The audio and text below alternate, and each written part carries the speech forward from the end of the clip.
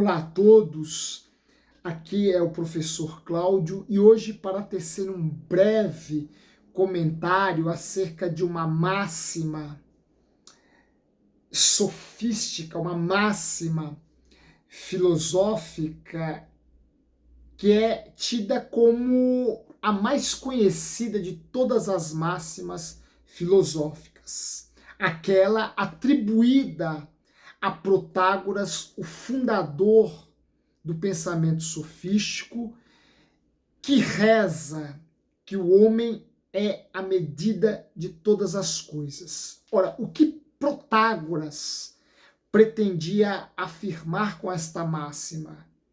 E quais são as conclusões ou as considerações que nós podemos abstrair daqui?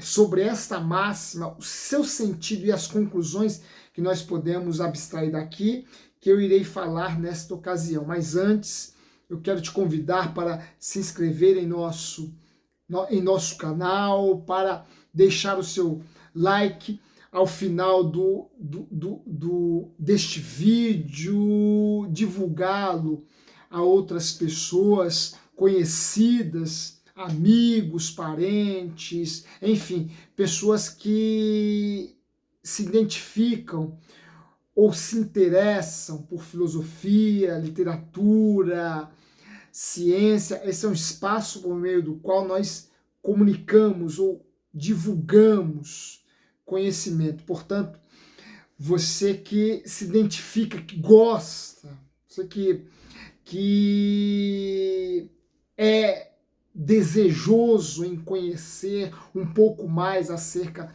destas áreas, nos ajude na divulgação deste espaço, a fim de que nós possamos levar a um número cada vez maior as reflexões que aqui são apresentadas, são desenvolvidas. Bem,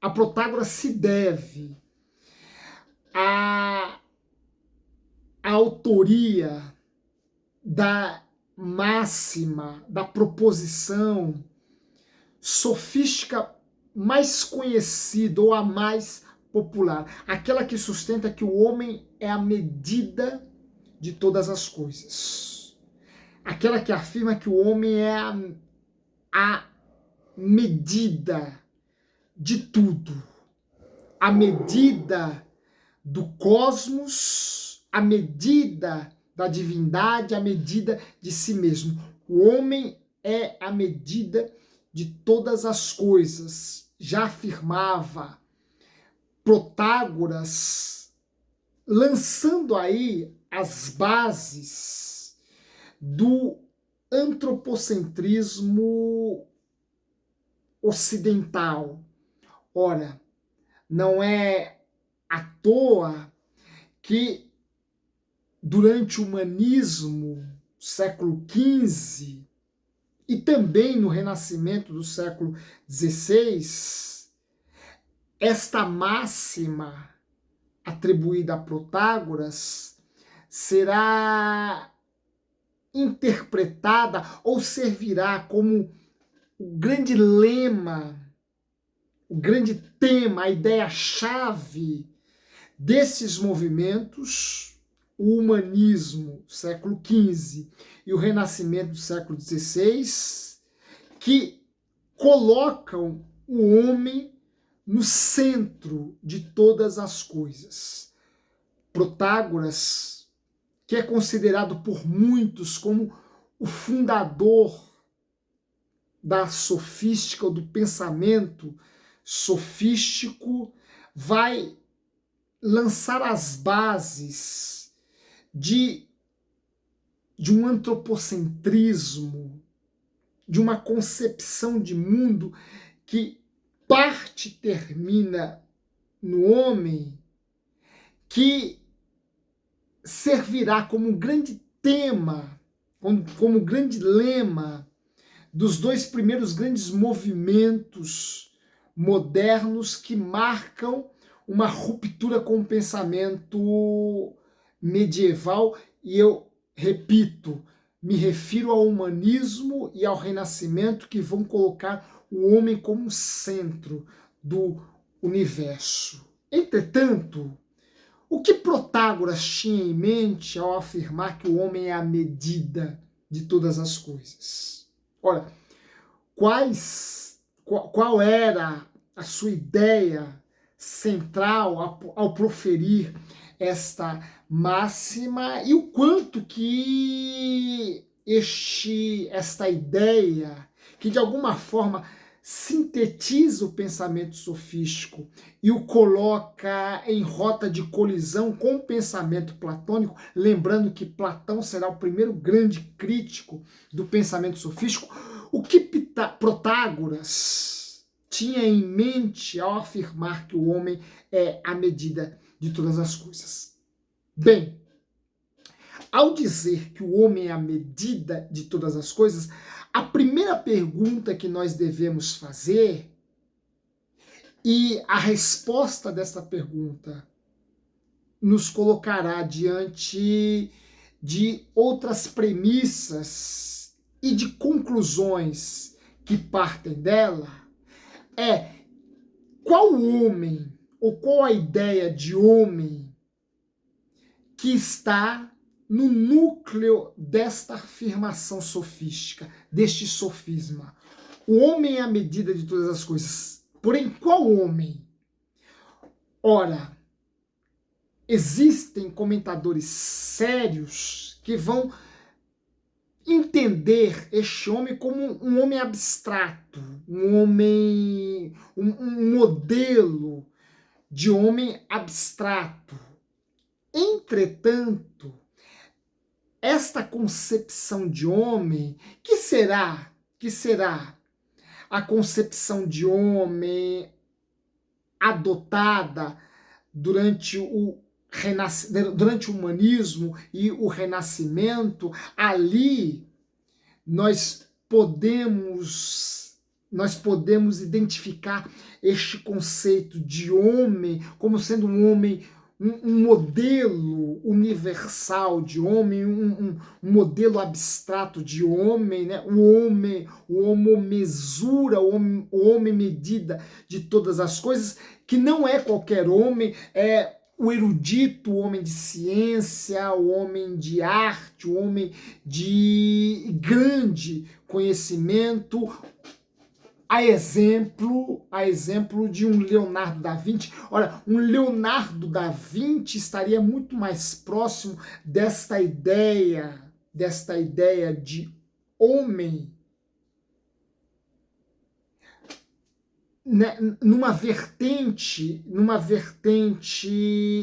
leitura que o Renascimento fará da máxima de Protágoras, mais do que a ideia de homem presente no Protágoras do quinto século antes de Cristo. Ora, ao afirmar que o homem é a medida de todas as coisas, Protágoras não pensa num modelo universal de homem, numa concepção quase que abstrata, canônica de homem, como pensará o humanismo e o renascimento.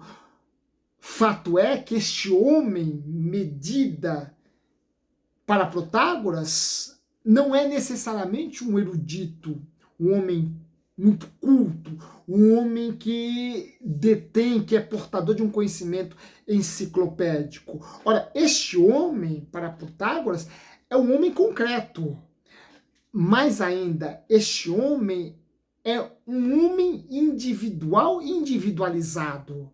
Ora, ao afirmar que o homem é a medida de todas as coisas, Protágoras pensava no indivíduo concreto. Ele não tinha em mente uma concepção, um modelo, um cânon de homem, um homem ideal. Ele pensava no indivíduo concreto. Ora, o indivíduo concreto é a medida de todas as coisas. E aqui Protágoras já nos coloca diante de uma concepção filosófica, e aqui eu faço, e aqui eu abro um parênteses, embora o pensamento sofístico durante muitos séculos foi depreciado pela tradição filosófica, muito mais por conta das críticas que Platão fez, que Sócrates e Platão fizeram ao pensamento sofístico. E lembrando, Sócrates teve um mestre, teve um professor, um mestre, que foi um sofista, pródigo de Céus. Esta posição, esse desprezo, por assim dizer, essa depreciação intelectual que a tradição sofística sofreu ao longo de boa parte da história do pensamento ocidental se deveu principalmente às críticas que Sócrates e Platão fizeram dos sofistas. Entretanto, hoje já existem comentadores sérios que buscam reabilitar a importância do pensamento sofístico para a tradição ocidental, inclusive outorgando aos sofistas o título de filósofos. Muita gente séria vai identificar ou reconhecer ao pensamento, à classe, à escola dos sofistas o título de filósofos. Ora, esses sofistas que foram objeto da crítica platônica, ao adotarem como máxima que sintetiza o seu pensamento filosófico a ideia do homem, do indivíduo enquanto medida, deixam pressuposta a sua concepção acerca da verdade. Ora, os sofistas serão a primeira grande escola de pensamento filosófico a relativizar a verdade, ao dizer que o homem ou o indivíduo é a medida de todas as coisas. Protágoras reduz o pensamento sofístico a um relativismo filosófico. Ora, a verdade é aquilo que cada indivíduo sustenta ou julga ser a verdade. O homem e o homem concreto, o indivíduo concreto, é a medida de todas as coisas. As coisas não medem, ele as mede. Ora, não é o universo, não é a natureza, não é o mundo que se apresenta em sua objetividade ao indivíduo, de alguma forma forçando a ajustar o seu discurso a este mundo objetivo. Ao contrário, é o indivíduo, é o mundo, ou a natureza, ou o cosmos, que tem que se ajustar ao discurso do indivíduo, porque a verdade é aquilo que cada indivíduo afirma ser a verdade. Portanto, o homem é a medida de todas as coisas, o homem é a figura, o elemento que determina o que as coisas são. Portanto, com a máxima, com a ideia do indivíduo, do homem, do indivíduo medida, Protágoras lança os fundamentos do relativismo filosófico ocidental. As coisas, ou a verdade acerca das coisas, é determinada pelo indivíduo que interpreta e julga as coisas. Ora, portanto, a verdade é relativa.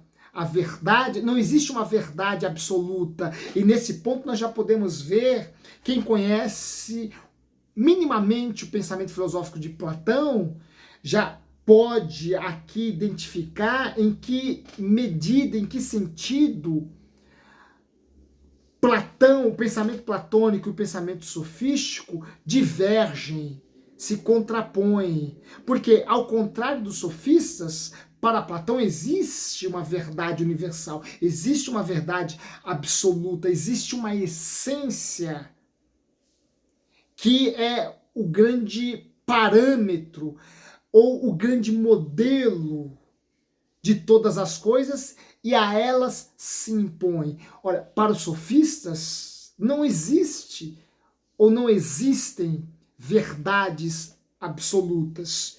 Tudo é relativo.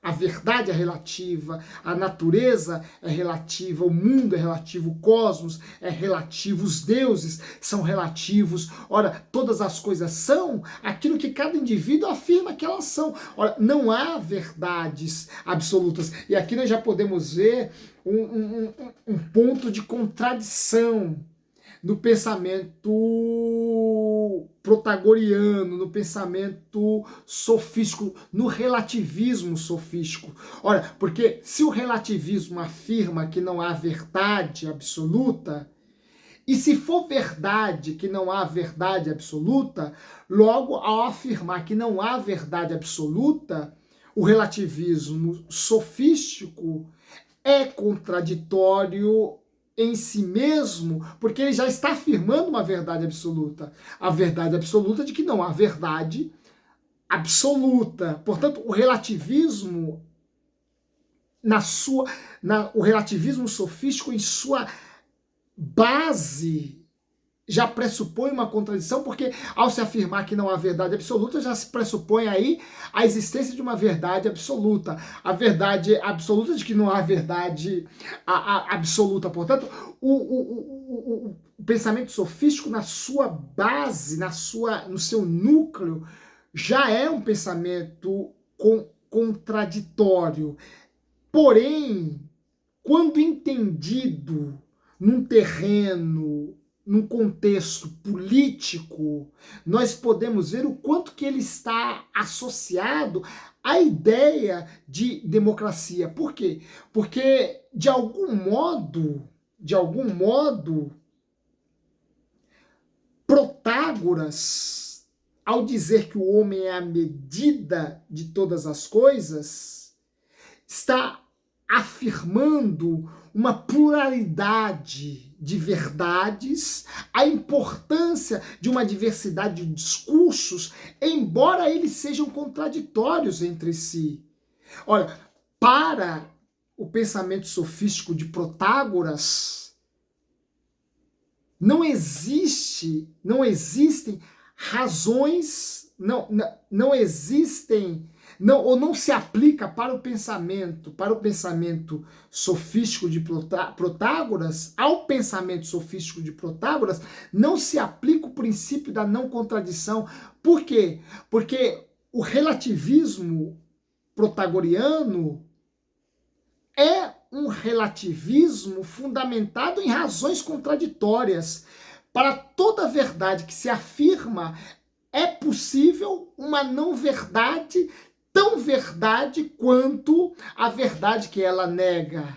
Portanto, acerca de um mesmo fato, acerca de um mesmo objeto, nós podemos afirmar e negar sem que a afirmação ou a negação sejam um problema ao intelecto, à razão. Por quê? Porque o relativismo filosófico, o relativismo dos sofistas, parte de um princípio, parte de uma racionalidade contraditória, se é que é possível falar de uma racionalidade ou de uma razão contraditória. Ora, a contradição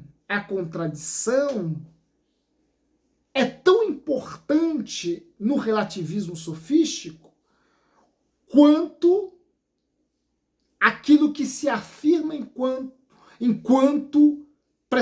pressuposto de verdade, enquanto discurso verdadeiro. Nesse sentido, o pensamento de Protágoras está muito mais atrelado, associado, é muito mais importante em termos políticos que filosóficos propriamente ditos. Por quê? Porque Protágoras floresce concomitantemente, ao mesmo tempo, que o florescimento da democracia ateniense. Ora, os sofistas nascem com a democracia e, ao colocar o indivíduo como a base, como a medida de todas as coisas, de algum modo, os sofistas saem em defesa de uma diversidade, de uma pluralidade de discursos, de vozes, que, embora contraditórias no terreno da filosofia, são importantes no terreno da política, a fim de que seja mantida a base, o fundamento da democracia. Ora, nesse sentido, o pensamento sofístico é um pensamento extremamente importante no terreno da política. Nós podemos contrastá-los, refutá-los, apequená-los no terreno da filosofia.